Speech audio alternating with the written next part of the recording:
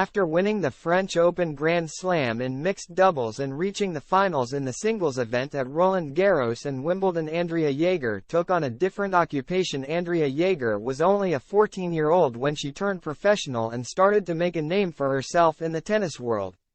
The Chicago-born youngster was tipped to become of the sport's biggest stars and take the world by storm, but instead decided to devote her life to another cause. In 1980, Jaeger became the youngest player to be seated at Wimbledon at just 15 years and 19 days old. This achievement was then followed by reaching the semi-finals of the U.S. Open in the same year, rising to become world number 2.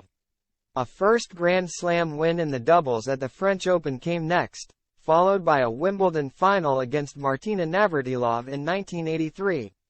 However, this is where the American story began to change. A 6-0, 6-3 defeat was inflicted.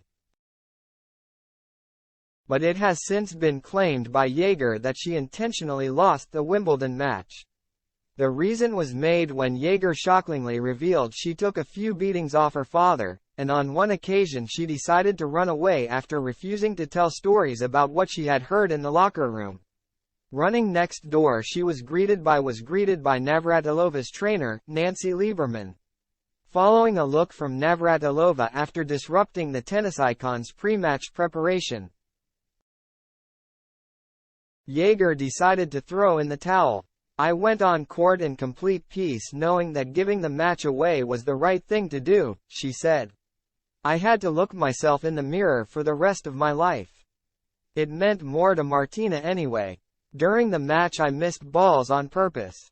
I hit right to Martina, and when I was getting whipped in the first set 6-0, I tried to look upset about it. I glanced at my dad. He knew something was wrong because I never got nervous and always started great." Shortly afterwards, at the age of 19, Jaeger decided to call time on her playing career when a major shoulder injury forced her into early retirement. However, instead of pursuing a career within the sport, she decided to take an alternative path and began studying to become a nun. "I just knew that God existed and that we were friends and had a personal relationship," the former Wimbledon finalist said. "None of my family knew I prayed every day of my life." In August 2006, I received an associate degree in ministry training and theology. Then I entered a Dominican sisterhood program. It's a strict discipline. I wake at 4 a.m., do my prayers and my spiritual study. Then I start work at 5 a.m. or 6 a.m. fundraising, scheduling programs and running those programs.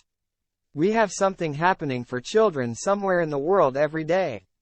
Now at 58 years old, Jaeger has committed to a life of religious fulfillment,